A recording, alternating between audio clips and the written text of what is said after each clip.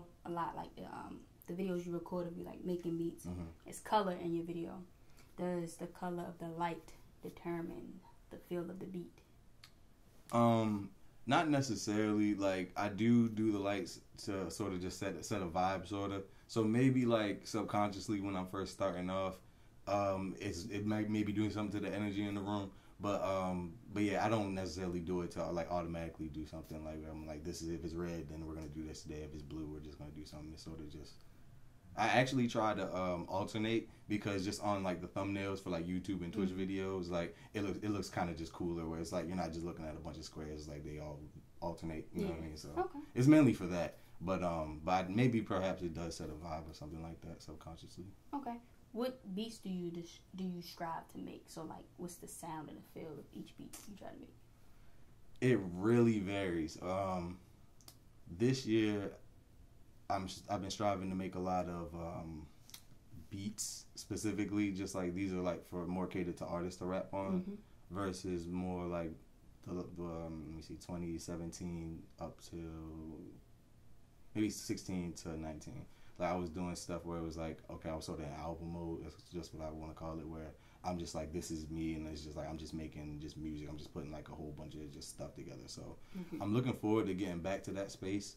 But I'm really in the beat making space right now because I'm collaborating a lot. But when I get back to that space where I'm sort of just like solo, just cooking up a lot, I feel like I'm gonna tap back into that bag where I'm sort of back in making soundtracks sort of things. But okay, yeah. I see you do something that like I would say a lot of producers don't do, like off bat, which is like you make the beat, but it's like, this is your song and this is what's featured on the song. What like push that drive to like start in that direction?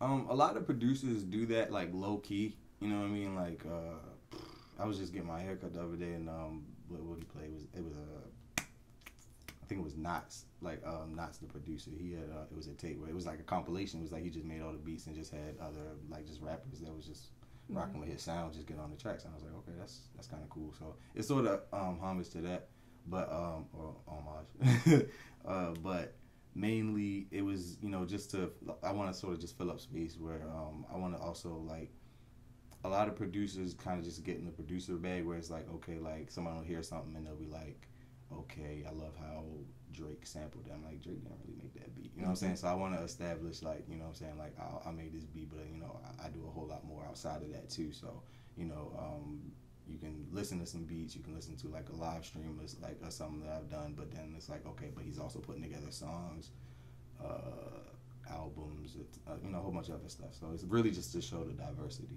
Okay. Yeah. Have you collaborated with any producers in the city? A lot. Okay. Which, a whole lot. I would say, which collaboration was the most memorable for you?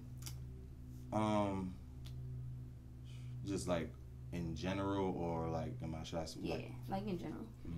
In general, let's say my man Talk to Nobody. Like, you know, I see that's my like little bro, so I see him all the time. So but like we like, no matter what, it's like ridiculously fire. You know what I mean? And my man L Busy, like our sessions are pretty always memorable because like our collabs are some of my favorite beats that we made like this year, and then even over the last maybe like 2-3 years, like some of those beats have gotten like some of the biggest placements that I've had in my career. So I was like, you know, big shout out to him. You know what I mean? So yeah, those probably top two. And Descendant is one of my new homies I met like this year. He affiliated with Basement Rap, but like he's cool. So like so yeah, he's definitely grown like real close in the circle and everything. So yeah. If you could put a project together, you had your pick of like anybody to put on it, like no matter the budget, either local or mainstream, who are your top 5 and why? Am I getting rappers and producers, or we just talking rappers? Like, I'd say just rappers. Okay, I was about to say this is about to get so much. Okay, rappers. bet. All right, just rappers. Probably got to be the ones in my top 5. I got to throw Dom Kennedy on there. Got to throw Hove on there. A little Ye. Maybe not. Maybe not. He kind of geeking right now. Like music. Like I don't even like none of y'all did like as of lately, but like musically. But Okay, so I say Hove, Dom, Wheezy,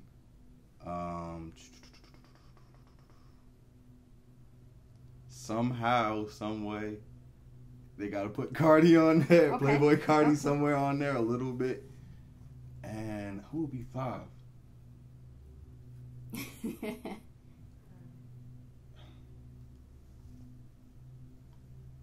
Throw my man Finagle Baby in there. Okay. Okay. Throw Yo in there.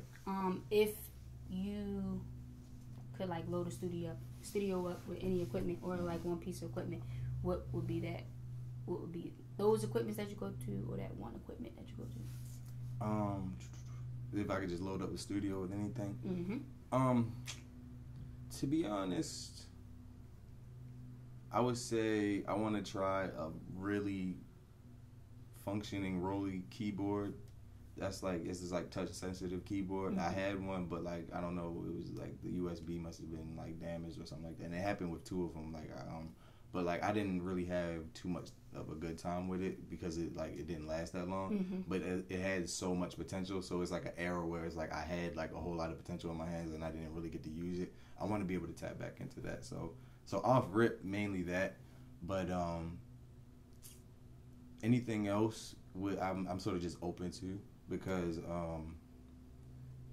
up to this point, anything that I really put together is just like on my laptop, really, you know what I'm saying? So it's like, if anything else I get is like, okay, I'm just like dropping the weights at this point. It's like, okay, like what else can I mess with, you know? So mm-hmm. I'm just really open to anything, but off rip the Rolly, but so whatever.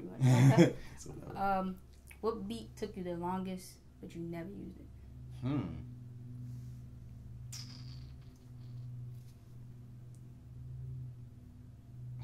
That's kind of, it's a lot. It's a lot of them. There's a lot of those kind of just sitting around, just collecting dust. I can't even really say one's more memorable than the other, okay. But yeah, it's a couple of those where it's like, why haven't I done nothing with this? You know what I mean? Okay. If you heard somebody else's beat, so like somebody else produced a song for like Drake or Dom or Weezy, and you had the chance to either redo the beat or add something to the beat, what song would that be?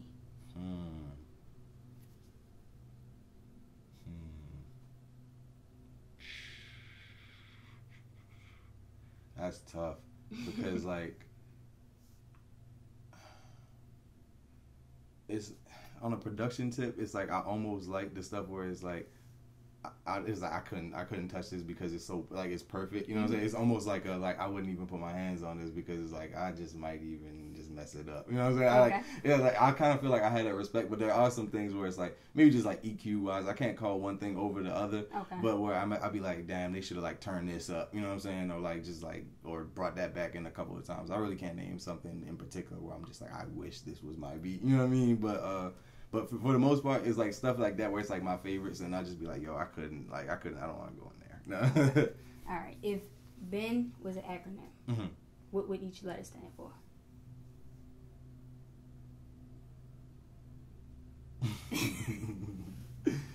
Shit.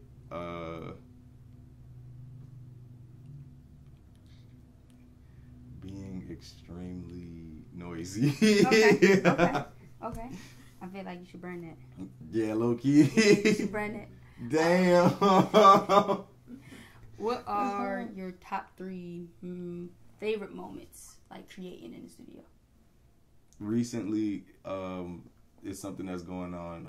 My man Burnout's project. My man talked that nobody was making the beat, and I just started singing like with the Earth, Wind and Fire. I was like, "Body, say do you remember?" And it was like, "Yo, you gotta put that in the beat." And so we actually did. And like, I was like, "Yo, this is like the best outro to any song." So that recently, hella memorable.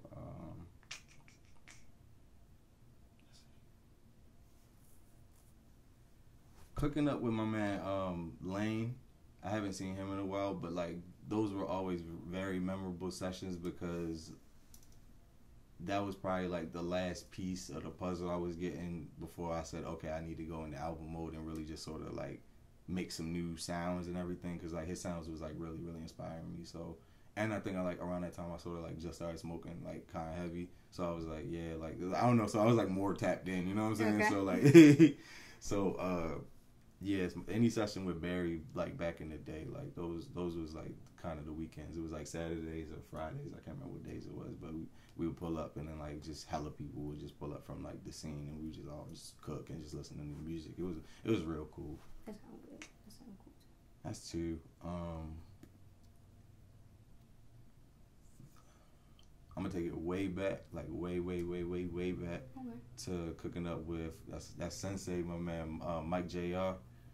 Yo is a beast. So I met him at a conference in DC.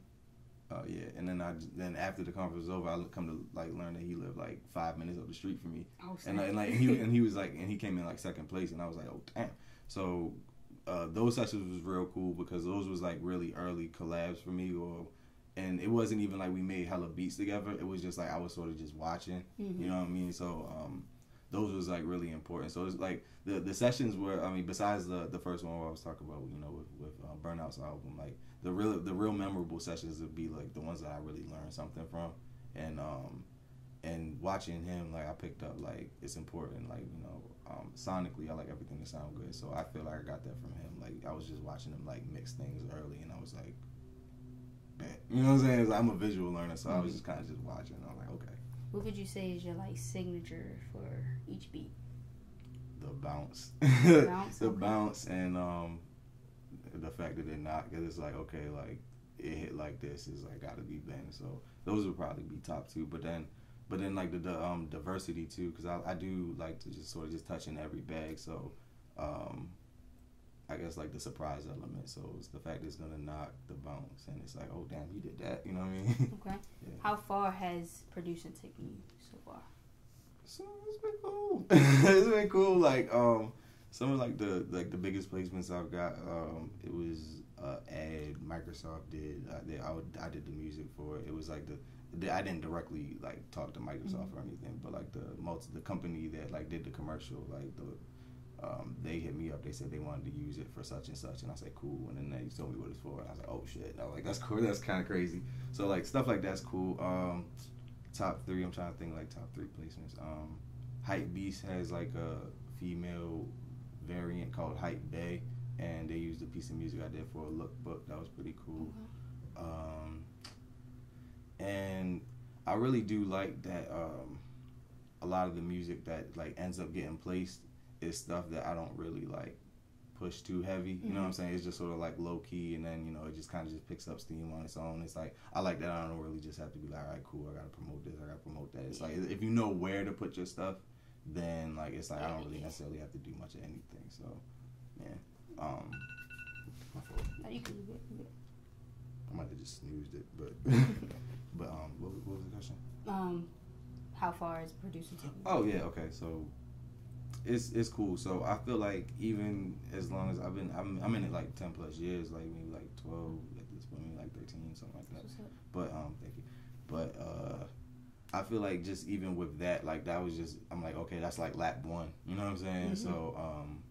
So it's got me a pretty solid resume. I feel like I can like how I want to maneuver my campaign next year. Like I feel like I can step in and say like, okay, this is my cost, and they'd be like, why? And I'd be like, I've done like this, you know what I'm saying? I feel like my resume is pretty solid. And then considering that a lot of this stuff came just from like collaborating and doing some things for free, and then it ended up turning into making money, like it's pretty cool. It's like showing me like, you know, as long as you like, as long as you sort of just got your hustle like just sort of together, and you keep remixing like whatever works, like you just take the results. It's like you a scientist, just take the results and look back, say, okay, this worked, this didn't work, move that out, throw something else in, and just, you know, keep on rebranding and rebuilding. So cool. It's taught me that for sure. So all right, last question. What do you want your legacy to be? Definitely on the producer tip, like I want to like people be like, oh yeah, no, he's top 5. Like you cannot say like, yo, didn't like have like insane beats. But then just even outside of that, like just as a creative individual, like sort of just like on a Kanye tip, it's just like, oh yeah, he just be just doing stuff. You know what I'm saying? Like I don't want to sort of just be bound by that. Like I try like just with like how like the company, like the multimedia company hit me up and said we want to like use your music. Is like, I want to be like that multimedia company. You know what I'm saying? Like where like a brand will hit me up and they'll say, hey, we need you to do such and such, and just put the vision together. So like my legacy is just like, besides the music, it just be like he sort of just had like I guess like the creative vision. Like I just want people to just like sort of just look at me like that, like just that guy they needed to go to if they just need to get an idea. Okay. That's all I have for you. Thank you. Thank you for the interview.